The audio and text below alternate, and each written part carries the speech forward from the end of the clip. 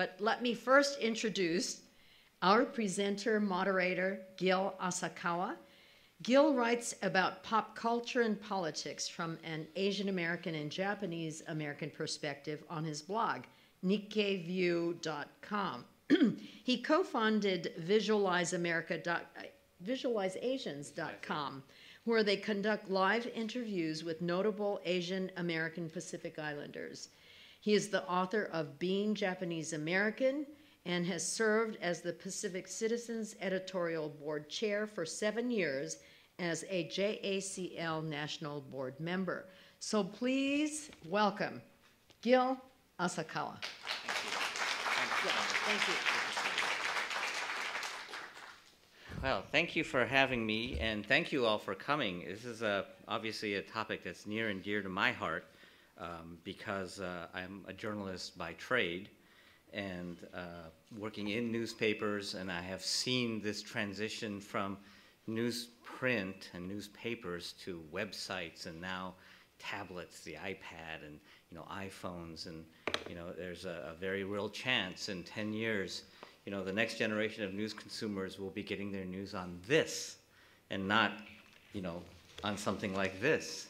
So it's really an interesting time for journalism, and I think that the Nikkei media, the generation of news providers that evolved with the first immigrants that came to the United States have been hit the hardest, really, in a time when newspaper companies in general are really being hurt by the economy and the dropping newspaper readership in general. I think Japanese American newspapers have really been hit harder than most. A lot of immigrant communities can maintain newspapers. And for various reasons, I think the Japanese American community has had a harder time. And so we're going to really try to discuss some of those things and figure out why that this might be happening and what the future has in store for these news organizations. Next slide, please. A few housekeeping. I'm going to start off. This is a picture that I found online, and I apologize. I do credit the Bancroft Library of UC Berkeley. This is off their website.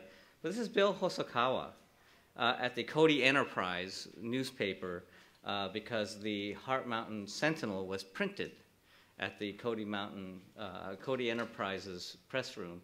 And this is Bill Hosokawa. He was actually only in Heart Mountain for something like 8 months, but he started the newspaper there, and then he got a job in Iowa for the remainder of the war, and of course he went on to be a reporter and then an editor for many years at the Denver Post. So in a way, it's, I come from Denver, and his spirit looms very large in the path that I walk. So I wanted to start out with this very cool picture of Bill the newspaper man doing what newspaper men used to do back in the day. Next slide, please. So I'm going to go over these things very quickly because we have a lot to cover today. But the earliest Nikkei newspapers served immigrant communities. We turned to newspapers to get what? To get news about each other in our tight-knit communities, and also to get news from back home, which back in the day, in the late 1800s, early 1900s, could take a little bit of time to get to us, and we would all turn to newspapers to get them. What was interesting is that even back then, Japan was already evolving as a culture, a society that really supported newspapers. Unlike many countries, the newspaper industry isn't hurting as badly in Japan as it is here, and there are still several large national newspapers on the scale of like the USA Today or the New York Times. And those three, the Yomiuri, the Mainichi Shimbun, and the Asahi Shimbun, were all established by the time Japanese immigration began to the US. And Nikkei newspapers focused over time not only on reporting on the communities, in Northern California or in the Northwest or here in the LA area, and then over time, they started focusing on Japanese American issues and fighting things like the alien land laws, and then discussing the emerging identity of the Nisei. And then, of course, over time, you started to get the English editions and English pages in these newspapers, which were all originally written in Japanese, published in Japanese. Next slide, please. And here's just some slides provided by Janum of some of the early newspapers. And, you know, there were newspapers in Hawaii, there were newspapers in San Francisco, Chicago there, and of course in the LA area. Next slide, please. And all in Japanese early on. In 1899, the Nichibei Shimbun was started by Kyutaro Abiko in San Francisco, and it evolved into the Nichibei Times after World War II. And Kenji will explain how it's actually is not the same newspaper. It actually has 3 different incarnations that evoke the original spirit of Abiko's Nichibei, but there are 3 different kinds of businesses with different structures, you know, pre-war, post-war, and then currently. And then since 2009, it's taken this very interesting turn that we're going to discuss, where Kenji started when the newspaper was folded because of the hard economic times. Kenji started the Nichibei Foundation and turned it into a nonprofit that publishes a weekly. And then I know that this, where is it? The Cherry Blossom Festival Guide just came out. And this is, I think I heard you say, Kenji, that this is a big, big issue for you, right? Yeah. So it's great to see that an organization can evolve and serve different needs as it evolves. In 1903, the Rafu was founded by Rippo Iijima, Masaharu Yamaguchi, and Seijiro Shibuya to serve the LA Japanese. And then Henry Komai was a manager in 1914 and became president in 1922. And Chris up there is part of the same family, and he tells this unbelievably cool story. And I actually had to leave, Chris, in the middle of your story, so I'll have to grab you for the ending later. I do look forward to having some, you should have some big presentation at Janum about the whole thing, and then it does deserve to become a movie or something. So a very interesting story about the Rafu. And I think a lot of newspapers in this community went through similar things. This has to do with what happened to the Rafu during internment years, you know. And so there's, I think, an untold story still about newspapermen, journalists, newspaper women too, journalists who had their voices silenced during the internment years. In 1912, the first Japanese newspapers were printed in Hawaii in 1892, but Kinzaburo Makino established a Nikkei voice for good in the Hawaii Hochi, which, some business complications, they actually was changed to the Hawaii Herald in 1942 to be less Japanesey in name, but actually reverted after the war to Hawaii Hochi. But there is now also a separate Hawaii Herald that was started. And we did invite from the Hawaii Herald Carlene Chinen, and she couldn't come, but we were trying to get somebody from Hawaii to be here to represent, because that's a really kind of a very vibrant part of the newspaper story. Next slide, please. And just some photos of, here's a Rafu, LA, a Japanese daily news in English. So here you start to see in the 1930s the establishment of English voices in the Japanese American press. The Nikkei press has become Japanese American. The Pacific Citizen was started in 1929 as part of JACL. And then the Japanese American Courier was one of the early JA newspapers. And then, of course, the camp newspapers. The Manzanar Free Press, which I thought was an ironic name, was started within a month of Manzanar's opening. And I didn't know this, Chris, but Chris is your uncle or your dad worked for the Granada Pioneer? Okay, it's confusing. My uncle, Aki, was the publisher who, revived the newspaper. My father, who also worked for Khan, worked for the Granada paper. Right, but in camp, at Camp Amachi.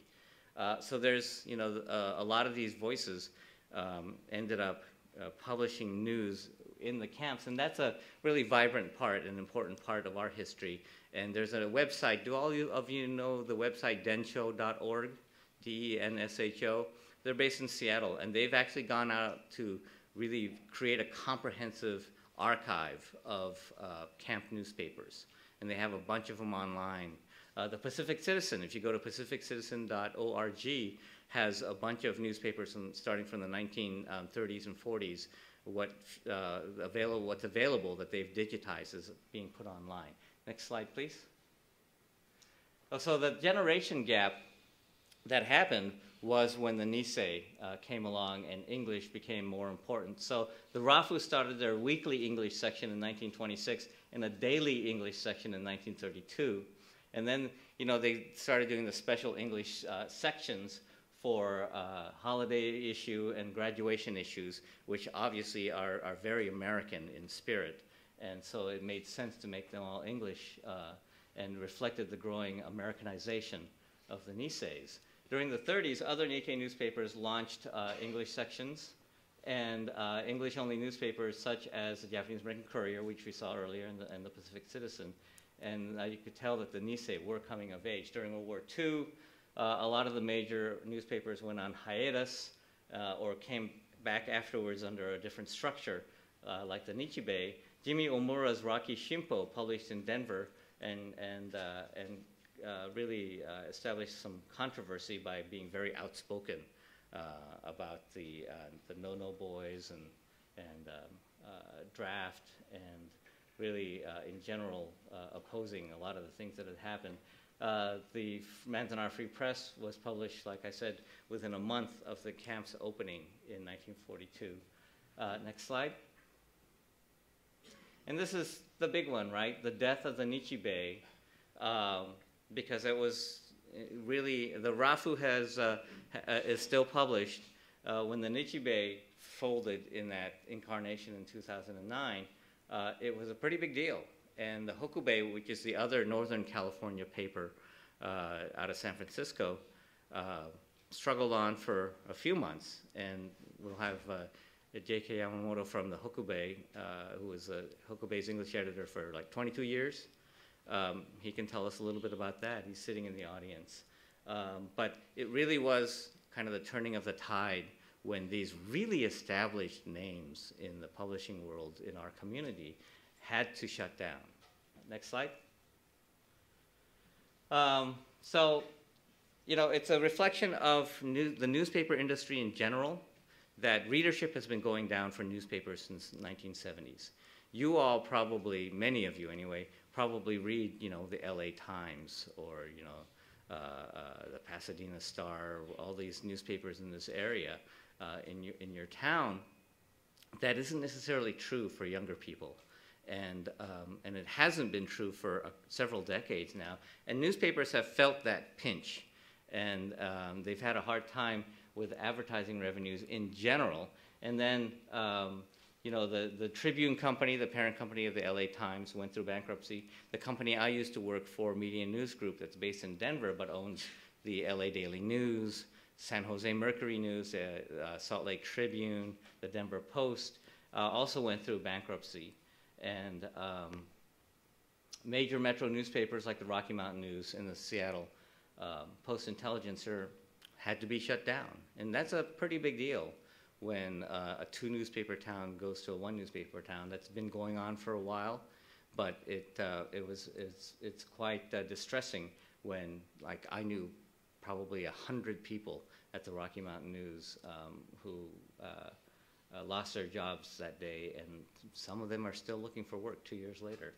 Nikkei newspapers, the vernacular press, media that is written in a foreign language, the language of another culture, in general have been hard hit. And in Denver, where I started writing my column, which became an online column and then my blog, the Nikkei View, it was originally run in the Rocky Mountain Jiho, which had been run for decades.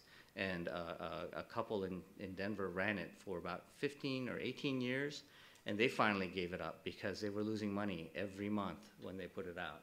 It had 2 pages of English, and then the rest was Japanese. Bill Hosokawa and I shared columns in the Jiho until his passing. And so Hokubei Mainichi followed in the footsteps of the Nichibei, And so really in San Francisco right now, there is no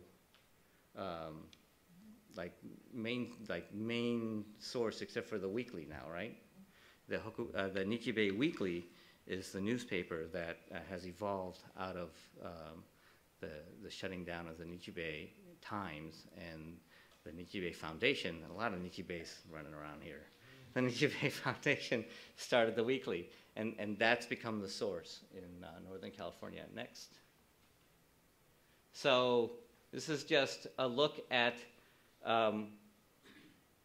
all of our news organizations are really, really focused right now, obviously, on the Tohoku Kanto earthquake and the tsunami and the potential nuclear disaster that's playing out in Japan right now. Obviously, all of, it's close very close to all of our hearts. These are some of the ways that, if you have an internet connection, this is what's replaced a lot of what we consider the Nikkei newspaper world, right? Because we have, over on the right, we have the cultural news, Nikkei Nation, the Nichibei website, and the Rafu Shimpo. These are the columnists that we have here today. Everybody's covering the news of Japan, as well as the Japanese American news where we live. But then there's all sorts of ways that you can get news about Japan without going to CNN or the New York Times or USA Today, which are all okay, but you can go to Japanese sources and get it directly, like the NHK World, that's in English. The Yomiuri Online, you can find the English editions of most of the Japanese newspapers. The Japan Times is a Western-run newspaper in Japan that's also very good. My favorite has been this goofy website called Yokoso News. And this is a young man named Kazu, calls himself Cats. And the website is like a tourism website. It talks about culture in Japan. He's Japanese, but he studied at San Diego State. Went back to Japan, started this website to promote Japan, promote culture of Japan, travel to Japan. And the day that the earthquake happened, he started broadcasting live with this video feed of him just sitting there in his room, looking at computer screens and talking. And it's very compelling because after you've seen all the footage of the tsunami and all that, you want information. And you don't see all the footage of the tsunami, but what he's doing is he's looking at all the TV stations and websites in Japan, and he's translating in real time for people who speak English all over the world and in Japan. And he's been invaluable, and I'm going to write some more about him. I think he's been a real hero. That first day he was online for 18 hours straight. For that first week he was online most nights for 10 hours straight. Now he's doing 3 or 4 hours. After working a full day at work, he'll come home and he'll broadcast for 4 hours, give you a roundup of what happened that day, and then translate some press conferences. And it's a really interesting way to get the news, and it's different because it's right then. It's in real time. And he's translating for you what's being passed along to Japanese audiences. So, excuse me. Next slide, please. So it's all the different ways that we get news today. And then on top of that, we have things like blogs, my blog, the Nikkei View, cultural news, Nikkei Nation. A lot of these are ways that just places that collect news. Like if you go to Nikkei Nation, every day George Johnson will collect news about Japan, whether it's in the LA Times or some blog or San Francisco Chronicle, New York Times, and then just link to them. It's a great way to get all the information in one place. Cultural news has been invaluable. I get their emails every day. I get your emails every day, and I'm very upset that I don't live in LA. Because I read it and I know, God, there's so much cool stuff going on here in LA, and I can't get to it because I'm in Denver. So, so it's a little bit depressing, but I'm glad that I sign up for it.